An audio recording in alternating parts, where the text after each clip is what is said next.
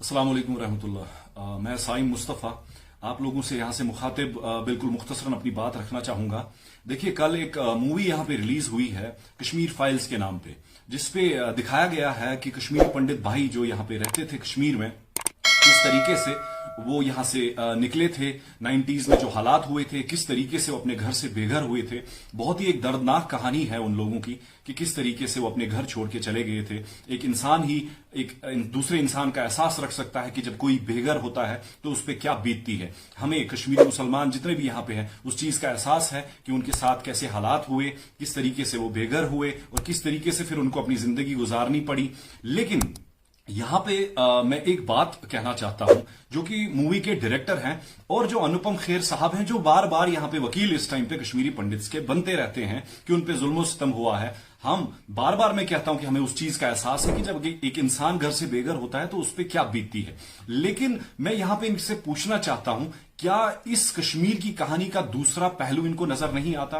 क्या जो ये सिक्के के दूसरा पहलू है सिक्के का, क्या वो आप लोगों को नजर नहीं आता? क्या ये आप लोगों को नजर नहीं आता कि ये जो हालात रहे हैं 90s से लेके अभी तक, क्या इसमें सिर्फ एक कश्मीरी पंडित ही के साथ जुल्म सितम हुआ है? क्या यहां पे जो कश्मीरी मुसलमान है उन पे हालात जो गुजरे हैं, 1.5 लाख नौजवान, 1.5 लाख कश्मीरी कश्मीर का नजराना जो पेश कर चुका है, वो इन हालात की वजह से पेश कर चुका है। यहां पे जो औरतें बेवा हुई है वो इन हालात की वजह से हुई है। यहां पे जो बच्चे यतीम हुए हैं वो इन हालात की वजह से यतीम हुए हैं। और इस टाइम पे मैं फिर से आपको कहता हूं, हमें कश्मीरी पंडित भाइयों का वो एहसास है, लेकिन क्या आप लोगों को इस चीज का एहसास है कि कश्मीरी मुसलमान किस तरीके से इन 30 सालों में अपनी जिंदगी जिया है, किस तरीके से हमने इन हालात का मुकाबला किया है, किस तरीके से जुल्म सितम हम पे यहां पे हुए हैं? आप यहां पे हमें बताइए। अनुपम खेर साहब जो बार बार यहां पे वकील इस टाइम पे बनते हैं कश्मीरी पंडित भाइयों के, मुझे बताइए तब आप कहां थे जब कश्मीरी पंडित भाई यहां से जम्मू चले गए थे?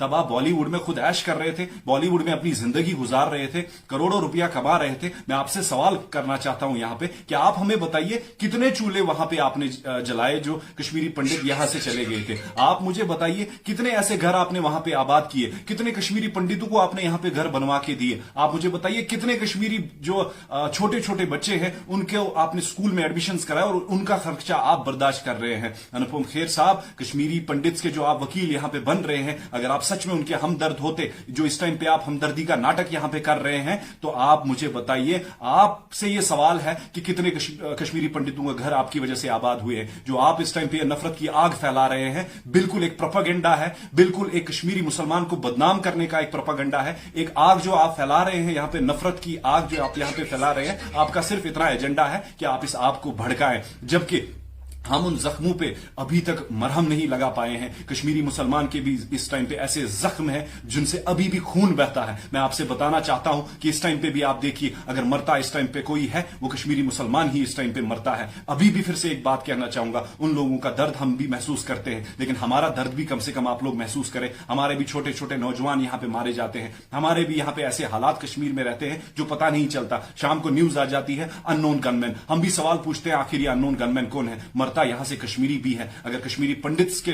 साथ यहां पे जुल्म सितम हुआ है, लेकिन कश्मीर जो मुसलमान है उनके घर भी आबाद नहीं हुए हैं। अगर यहां पे इन हालात जो कश्मीर के हालात रहे हैं, अगर आप कहते हैं कि कश्मीरी पंडित बेघर हुए हैं, हमें उस चीज का एहसास है, लेकिन हमारे पास भी रहा तो क्या रहा? सिर्फ हमारे पास मकान रह गए हैं और कुछ भी नहीं। हमारे घर भी आबाद नहीं हुए हैं। उसके बाद हमारे घरों में भी लाशें देखी है, हमने भी हर गली में, कश्मीर की हर गली में हमने भी खून देखा है। मैं यहां पे सेंसर बोर्ड से ये अपील करता हूं, गुजारिश करता हूं इस चीज की, और हर किसी यहां पे जितने सारे ये वीडियो देख रहे हैं उनसे गुजारिश करता हूं कि यहां पे जो कि सेंट्रल गवर्नमेंट है उनसे आप लोग अपील करें। मैं भी यहां पे अपनी अपील रखता हूं कि इस फिल्म को बैन कर दिया जाए। और दूसरी बात, यहां पे जो ये एलजी एडमिनिस्ट्रेशन है उनसे भी मैं अपील करता हूं कि इस फिल्म को जल्द से जल्द बैन कर दिया जाए हर किसी कोने में। आपने बहुत कोशिश की कि बहुत सारे सेलिब्रिटीज यहां पे इस चीज को प्रमोट करें। मैं आपको एक मिसाल दे देता हूं, कपिल शर्मा शो में जब आपने चाहा था, देखिए वो एक फैमिली शो है, वो एक कॉमेडी शो है जहां पे इंसान बैठता है, देखता है, अपनी गम दफाई करता है यहां पे, लेकिन आप चाहते थे कि वहां पे भी ये नफरत की आग भड़के। लेकिन अफसोस